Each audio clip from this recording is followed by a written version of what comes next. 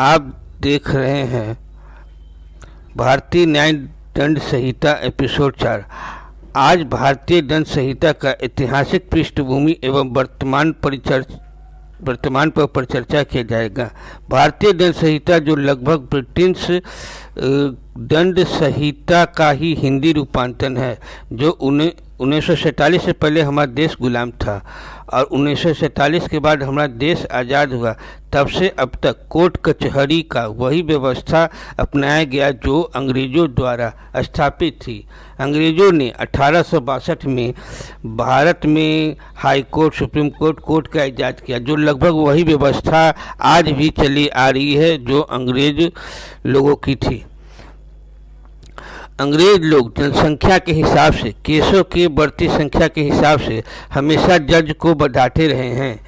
यह प्रक्रिया अनवरत 1972 तक चली।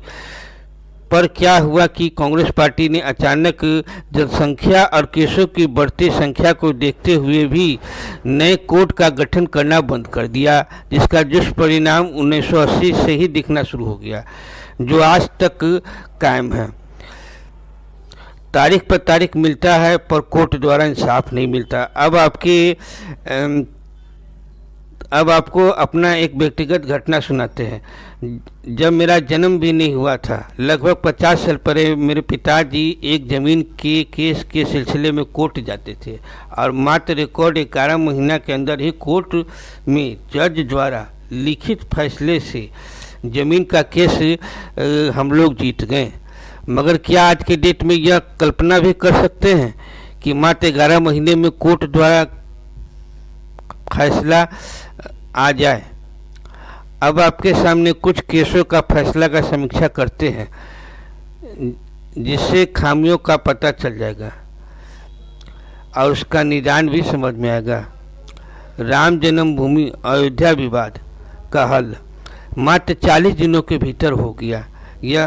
यह फैसला आ गया। जो फैसला लगभग 130 सालों में नहीं आया, वो फैसला मात्र 40 दिनों के अंदर आ गया। यहाँ पर ध्यान देने वाली बात है कि भारत सरकार ने 5 जजों को सिर्फ इस काम के लिए रखे कि वह किसी और केसों पर ध्यान न दे, और 40 दिनों की सुनवाई में हिंदू पक्ष ने 67 घंटे और मुस्लिम पक्ष को 71 घंटे अपने पक्ष रखने का मौका दिया, और देखिए केस का फैसला आ गया। यहाँ पर समझने वाली बात है कि जिस तरह अयोध्या विवाद में जज इन दिनों मात्र एक ही केस पर ध्यान देने के कारण यह कार्रवाई पूरी हुई, या यह तारीख पर तारीख न पढ़कर 2 से 3 सालों के अंदर ही सारे केस हल होने जाते हैं। और यही प्रक्रिया अगर बाकी केसों पर भी लगाया जाए तो कोई भी केस 10 से 20 साल नहीं चलेगा और 2 से 3 सालों के अंदर ही सारे फैसले आ जाएंगे। अब आपके सामने देश विदेश की कोर्टों के फैसला का तुलनात्मक अध्ययन किया जाएगा, जिससे आम जनता को त्वरित न्याय मिलने में आसान हो और समझने में भी संभव आए, न्याय मिलने में भी संभवता आए।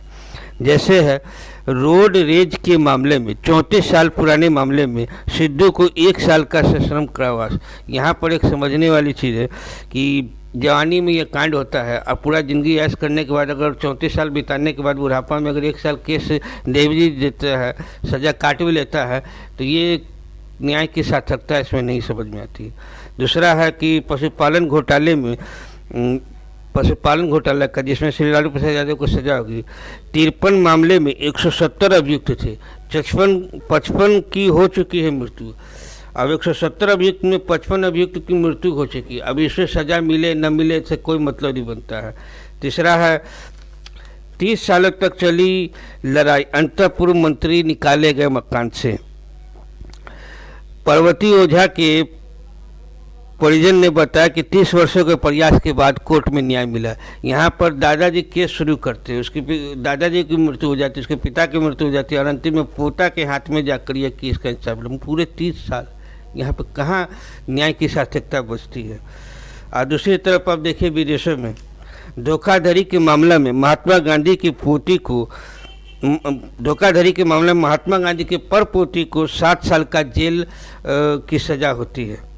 जोहान्सबर्ग, जो लगभग भारत से भी गरीबी था, और ये 15 का केस है और 22 आते आते 15 का केस है और 21 में ये केस का फैसला हो जाता है, जबकि केस बहुत ही मामूली है। चुनावी चंदा धोखाधड़ी का केस है। क्या आपने कभी सुना कि भारत के 70 साल में कोई पार्टी चुनावी चंदा का धोखाधड़ी के केस में सजा पाया हो? लेकिन विदेशों में ये संभव है। दूसरा है सैमसंग के उत्तराधिकारी को 5 साल का जेल। क्या आप कभी सोच सकते हैं कि अडानी अंबानी जैसे कोई शख्स को 5 साल की सज़ा हो? संभव नहीं, क्योंकि 70 साल में पिछले एक टैक्स चोरी के केस में कोई भी बड़ा से बड़ा व्यापारी आज तक सज़ा नहीं हो पाया, जबकि साउथ कोरिया में ये संभव है कि अगर वो टैक्स चोरी का केस करता है, टैक्स तो उसमें सज़ा उसे मिलता है। अमेरिका के कॉल सेंटरों में 21 भारतीयों को सज़ा। घोटाले का समय 2016 का है और 2018 होते होते तक सज़ा मिल जाता है। यह विदेशों में यह संभव है, लेकिन क्या भारत में संभव है? आपको नहीं, ये भारत में अभी तक तो ऐसा संभव होता नहीं दिख रहा है। अगर हम एक सलाई खरीदते हैं और या फोटो स्टेट कराते हैं, तब भी हम सरकार को 20 पैसे टैक्स के रूप में सरकार के खजाने में हम जमा कराते हैं। इसी पैसा को जमा होने के बाद वो खरबों रुपया हो जाता है। ऐसे खरबों रुपये के पाकर सरकार हमें सस्ता, सुलभ, सुव्यवस्थित और त्वरित न्याय दिलाए, यह सरकार का कर्तव्य होता है। सोचिए, विचारिए। अगर यह वीडियो आपको अच्छा लगा हो तो इसे लाइक करें एवं शेयर करें। बहुत बहुत धन्यवाद।